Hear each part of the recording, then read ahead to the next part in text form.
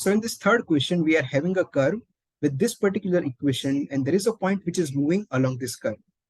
Our question is to find the x coordinate of the point on this curve at which the x and y coordinates are increasing at the same rate. So if I want to get what is the x coordinates rate, so dx dt is something that is representing the rate of change of x with respect to a given point of time.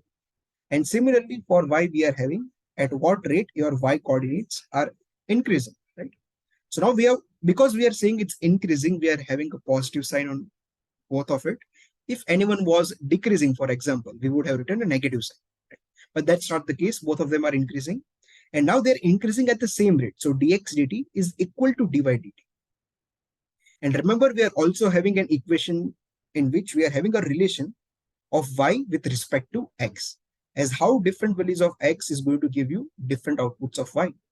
So we know that there is a connection of y and x, right? So what I'm going to try to do over here is I'm going to try to eliminate this dt's and convert this equation into the format of, if I bring dx to the right side, so over here I will be left with 1 because I'm cutting this out, and over here it will become dy dx. So I'm going to get this equation dy dx is equal to 1. And now I know that this y is connected with this x. I can simply go ahead and differentiate this equation with the help of chain rule, equate that differentiation equal to 1 because of this condition, and then simply find out the value of x. So therefore, we now have y is equal to 1 over 60, that is multiplied by 3x plus 1 squared. So now you must be aware about how to differentiate this kind of equation with the help of chain rule. So that's nothing but dy dx is equal to, we don't change the constant, it will remain same. So I'll just write 1 over 60. And now to differentiate this 2 over here comes down. Then this bracket is just remaining the same. And the power is going to be decreased by a value of 1. That's the power rule, right? We shift the power down and decrease it by a value of 1. So 2 minus 1 is 1.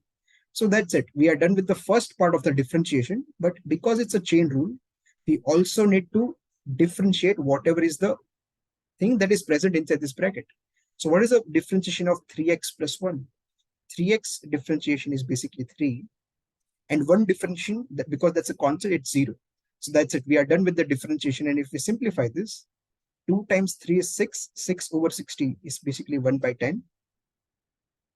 And 1 by 10, we are having this as 3x plus 1. All right, so we are done getting our dy dx. Now our next step over here is to equate dy dx equal to 1. So this implies that 3x plus 1 whole divided by 10 was equal to 1.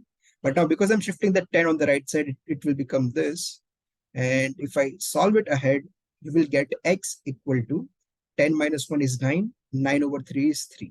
So the x coordinate at which the rate of change of x and y are equal to each other, and both of them are increasing, the x coordinate at that point is equal to 3. That's what we are basically getting.